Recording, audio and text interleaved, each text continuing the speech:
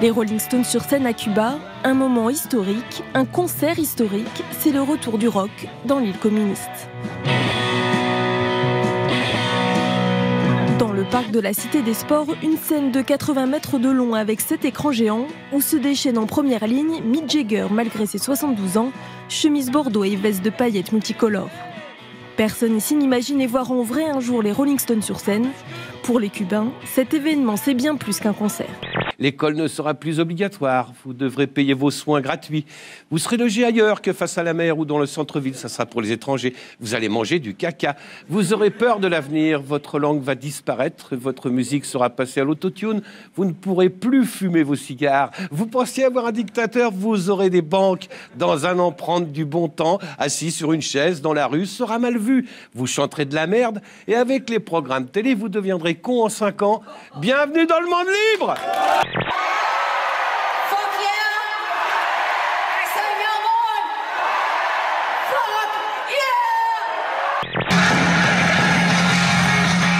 C'est parti pour 2 heures de show ultra patriotique. Nous savons, Seigneur, que tu es bon et que tu nous aimes pour toujours. Nous te demandons, toi et tes anges gardiens présents ce soir, de veiller sur nous. Quelques slogans et des moments d'échange interrompus peu après 14 heures par l'arrivée de plus de 400 hooligans encadrés par la police. Rapidement, la tension monte. Et on se calme, merci. Les fauteurs de troubles arrivent même à prendre place sur les marches de la Bourse. Leur slogan « On est chez nous » provoque la colère des manifestants pacifistes. C'est les gens d'extrême droite qui sont arrivés pour nous. Enfin, c'est pas la Belgique que vous voyez là, c'est pas la Belgique, c'est pas nous, c'est pas nous. Il est presque midi quand le commissariat du 19e arrondissement de Paris se trouve assiégé par des lycéens. Une dizaine d'entre eux, certains avec une barre de fer, d'autres avec une pelle, attaquent le bâtiment. Des pierres et différents projectiles sont lancés contre la façade. À l'intérieur, les policiers sont retranchés avant de sortir, équipés de tenues anti-émeute. Ils ont tagué, niqué la police, mort aux flics. Ils ont tout massacré, ils ont pris tous les barres de fer, les de travaux et tout. Ils ont tout pris, ils ont tout cassé. Ça n'a rien à voir avec l'état d'esprit dans lequel vit la Belgique depuis une semaine, qui est celui de la solidarité et du refus de la haine entre les religions. Des tensions exacerbées par certains hooligans qui marchent sur le mausolée improvisé de la place de la Bourse. Peu après, la police intervient sous les applaudissements de la foule. Ouais, la police, évacuez-les! Amen. Oh, say, can you see by the dawn's early light? Ensuite, l'hymne national, entonné avec salut militaire ou chapeau sur le cœur. J'ai mangé de la pizza. Fais-moi des pompes. La pizza, elle est allée tout droit dans tes fesses, Dockery. Honte à toi, Dockery. Plus de pizza. Ce truc va te tuer. Plus de pizza, c'est compris? Si ça continue, je vais venir chez toi, Dockery. Je vais frapper à ta porte. Tu sues la pizza. Je la sens sur toi, c'est inacceptable. Il ne remportera pas de manche et chutera à nouveau très durement. Lui ne quitte plus son trône depuis 20 mois. Précision diabolique. À Miami, Novak Djokovic n'a même plus besoin de ramasseur de balles. Regardez bien, ouvrez les yeux.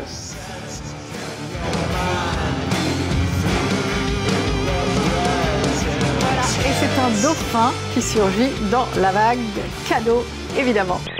Rencontrez Melania Trump, votre prochaine première dame. C'est avec cette légende et cette photo de Madame Trump quand elle était mannequin qu'un groupe de partisans de son rival Ted Cruz a tenté d'effrayer l'électorat conservateur et chrétien. Réponse de Donald Trump, ce montage où on voit côte à côte sa femme et celle de Ted Cruz avec cette phrase « Les images en disent plus que 1000 mots ». Autrement dit, ma femme est plus belle que la tienne. Donald répond Cruz « Tu es un lâche, pleurnichard, laisse ma femme tranquille ». On le voit, côté républicain, la qualité du débat politique s'est encore améliorée. Quand on pense que Dieu a créé les seins pour nourrir des enfants et qu'on y met des prothèses pour nourrir des docteurs. Voilà. Dis-moi, Philippe. On a passé une super soirée. Bon, tu raconteras tes histoires de cul un autre jour. Attends, je vais lui montrer les messages quand même. Vas-y. Parce qu'il n'y a pas que les homards qui sont sur Mythique. Attends, regarde. Message. Attends, vous voyez, c'est des messages. Bon, tu veux vendre ta coquille, tu veux pas la vendre, j'ai rien à foutre, moi, des gonzesses.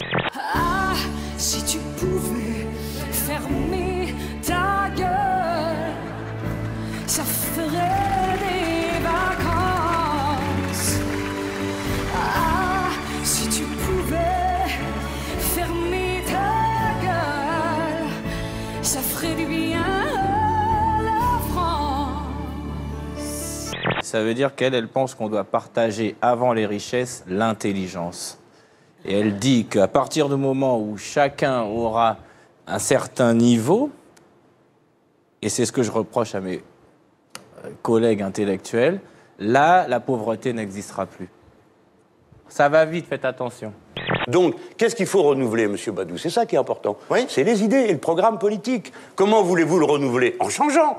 Eh bien, moi, je propose non seulement... On change tout sauf les hommes et les femmes qui incarnent ces idées. Mais j'y viens. Nous allons aussi changer ça. Donc, voici, si on m'élit, premièrement, c'est un autre programme qui s'applique, et deuxièmement, on fiche tout le monde dehors, y compris moi.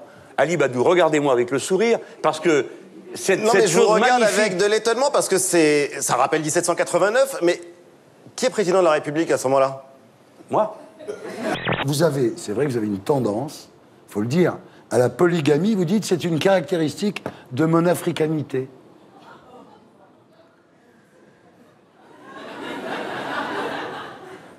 Bon.